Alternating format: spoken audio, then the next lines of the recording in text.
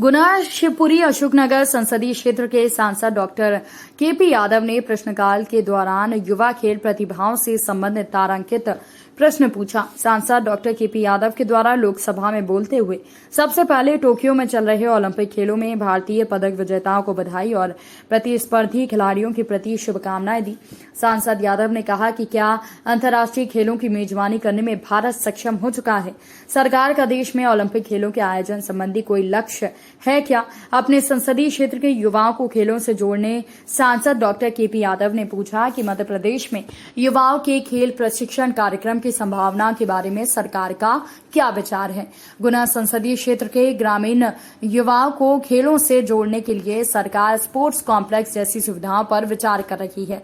सांसद doctor KP Yadav के प्रश्न पर जवाब देते हुए खेल एवं युवा मामलों में केंद्रीय मंत्री अनुराग ठाकुर ने कहा कि सरकार ने पिछले 7 सालों में कई अंतर्राष्ट्रीय खेल स्पर्धाओं का आयोजन देश में किया है। आगामी समय में अंतर्राष्ट्रीय स्तर की कई खेल स्पर्धाएं देश में आयोजित की जाएंगी।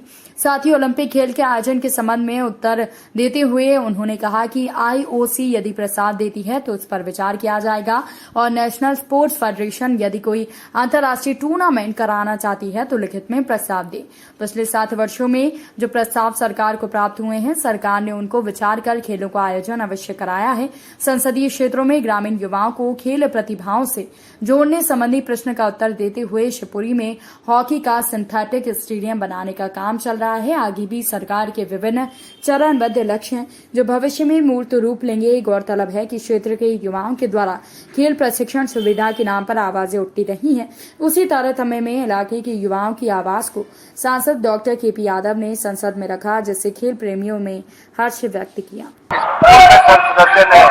शिवपुरी से पूछा था कि यहाँ पे हॉकी का हमने सिंथेटिक हॉकी स्टेडियम जो कॉम्प्लेक्स है वहाँ पे बनाने का काम किया, वो शिवपुरी में चल रहा है। पाल सिंह यादव जी। धन्यवाद सभापति महोदय। सबसे पहले तो इस सदन के माध्यम से देश को टोक्यो ओलंपिक में अभी तक के परिणामों के अनुसार पदक दिलाने वाले खिलाड़ियों को बधाइयाँ, साथ ही प्रतिस्पर्धी खिलाड़ियों के प्रति शुभकामनाएं प्रेषित करता हूं। माननीय महोदय, मैं आपके माध्यम से माननीय मंत्री जी से यह जानना चाहूँगा कि हमारा देश वर्तमान में कौन कौन से अंतर्राष्ट्रीय खेल प्रतिस्पर्धाओं की मेजबानी करने के लिए सक्षम हो चुका है। क्या सरकार देश में ओलंपिक खेलों जैसे आयोजनों के करने संबंधी कोई लक्ष्य रखती है? यदि हाँ तो विवरण क्या है, यदि नहीं तो उसके कारण क्या हैं? साथ ही मध्य प्रदेश में खेल प्रशिक्षण कार्यक्रमों की क्या संभावनाएं सरकार देखती है?